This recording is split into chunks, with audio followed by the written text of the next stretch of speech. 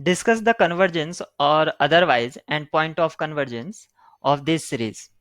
तो आपको यहाँ पर दो तरह से क्वेश्चन किया गया है कि अगर ये सीरीज कन्वर्ज करती है तो इसका point of convergence find out कीजिए, या आपको ये बताना है डाइवर्जेंट है या ऑसिलेटिंग सीरीज है।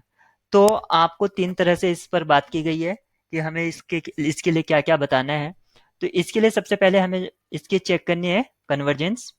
तो देखिए, ये जो सीरीज है, ये जो गिवन सीरीज है, ये सीरीज ऑफ पॉजिटिव टर्म्स है। सीरीज ऑफ पॉजिटिव टर्म्स आप देख सकते हैं, सारी terms, all terms are positive, all terms are positive. तो ये पॉजिटिव टर्म सीरीज है, तो क्या तो ये कन्वर्स करेगी या डाइवर्स करेगी। इसके दो ही बिहेवियर हो सकते हैं only, oscillating, oscillating not possible. तो ये जो है हमें पता चल गया, if convergence, if convergent, then point of convergence easily we can find। तो अगर ये कन्वर्ज करेगी तो हम इसका point of convergence find out कर सकते हैं। तो यहां पर आप देखिए, सबसे पहले इस सीरीज का यूएन लिखना होगा। सपोज करो मैं इसको लिखता हूं समेशन यूएन, तो इसका यूएन क्या होगा। तो यूएन हम बता सकते हैं, इस सीरीज के फर्स्ट डिनोमिनेटर का चेक कीजिए, फर्स्ट एलिमेंट डिनोमिनेटर का। तो ये 1 है, यहाँ पर ये 2 है, फिर 3, फिर ये n। तो नीचे जो होगा इसके डिनोमिनेटर में n होगा, फिर यहाँ पर 2, ये 3, ये 4। यहाँ पर इसने ये वाली टर्म देके आसान कर दिया आपका सवाल कि आप इससे आपको यूएन पता है। ठीक है, अगर सपोज कीजिए यहाँ पर डॉट डॉट करता और ये आपको नहीं देता, तो आपको पहले इसका यूएन फाइंड आउट करना होता। तो इसका अब हमने यूएन फाइंड आउट कर लिया है। तो इस सीरीज को हम प्रिसाइज वे में इस तरह से लिख सकते हैं कि summation u n where u n equal to 1/n+1। इस तरह से हम इसको लिख सकते हैं। तो ये इसका कॉम्पैक्ट और प्रिसाइज फॉर्म हो गया है। अब हमें इसकी कन्वर्जेंस चेक करनी है। तो आप देखिए, यूएन जो है हमारा वो है 1/n+1, ये हमारा यूएन है। और अगर मैं यहां से n आउटसाइड ले लेता हूं तो ये क्या हो जाएगा, 1/n² और 1+1/n, ये हमारा हो जाएगा।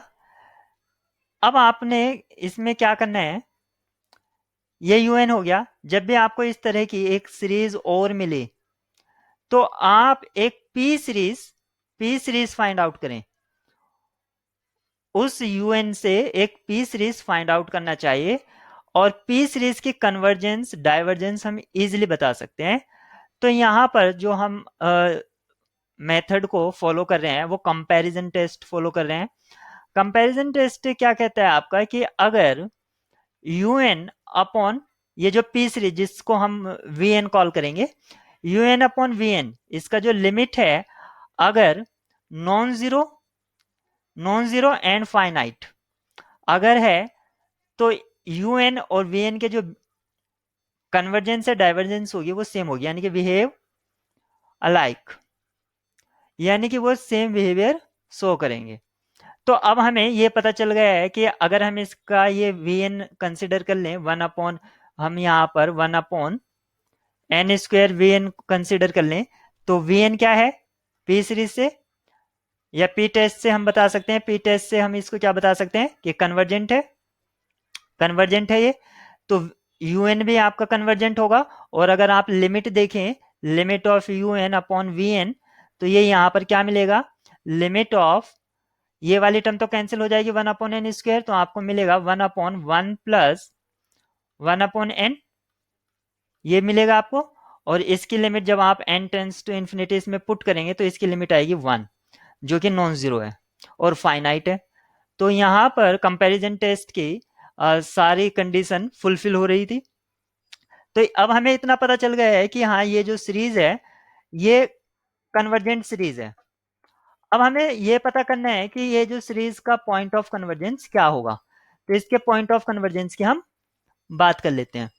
तो इसका point of convergence find out करना है। तो जो हमें यूएन दिया गया था वो है 1/n+1।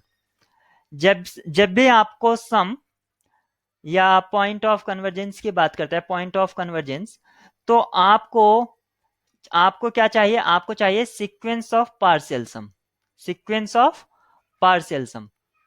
अब हमें इसका सीक्वेंस ऑफ पार्शियल सम चाहिए, तो हम इसकी यूएन को टर्म वाइज लिखेंगे, प्रोडक्ट में नहीं लिखेंगे। यहाँ पर क्या एक तरह से आपको एलसीएम के फॉर्मेट में दे रखा, लेकिन हम इसको लिखेंगे जैसे फ्रैक्शन के, मतलब फ्रैक्शन वाइज लिखेंगे, पार्शियल फ्रैक्शन के फॉर्म में। तो इसको हम लिख सकते हैं, क्योंकि ये छोटा है 1/n और ये बड़ा है, तो जब बड़े से डिवाइड करते हैं तो रिजल्ट छोटा आता है, तो छोटा वाला बाद में आएगा। तो यहाँ पर क्या है, n+1, ये वाला रिजल्ट बड़ा होगा क्योंकि ये बड़ा है, सॉरी मैंने उल्टा कर दिया, ये वाला आपका पहले आएगा क्योंकि ये छोटा है, तो इसका रिजल्ट बड़ा, -1/n+1। ठीक है, ये हमारा यूएन हो गया है। अगर किसी को ऐसे समझ में नहीं आया तो आप इसका एलसीएम भी लेके देख लीजिए, तो यहाँ पर आएगा n+1 -n, डिनोमिनेटर में n+1। इस तरह से भी आप देखेंगे 1/ यही आ रहा है। ठीक है, जबकि आपको कॉन्सेप्ट ये सोचना चाहिए कि कौन बड़ा है और कौन छोटा, और उसको रिवर्स ऑर्डर में लिख दीजिए, जो छोटा है वो पहले और जो बड़ा है वो बाद में।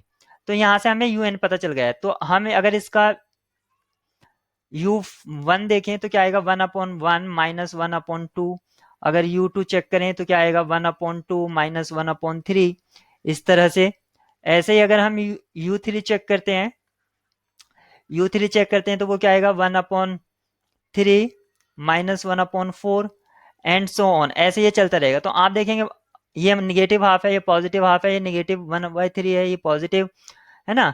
तो ये निगेटिव क्वार्टर है, ऐसे आगे पॉजिटिव क्वार्टर आएगा। तो यहाँ पर आपका कौन सा टर्म बचेगा, सिर्फ लास्ट वाला टर्म बचेगा, जो कि हमारा जो यूएन होगा एक तरह से वो क्या होगा, 1/n -1/n+1।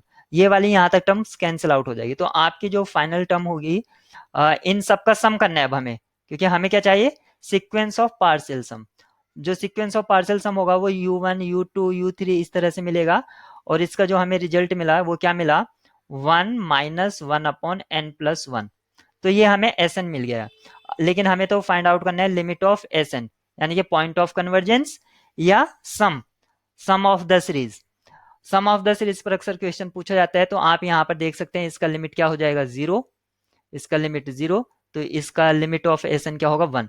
तो पॉइंट ऑफ कन्वर्जेंस इस क्वेश्चन के लिए क्या होगा, 1। तो एक सिंपल क्वेश्चन है, मैंने कोशिश करी कि आपको समझाने की, और इस कॉन्सेप्ट को आप बहुत से क्वेश्चन में अप्लाई कर सकते हैं।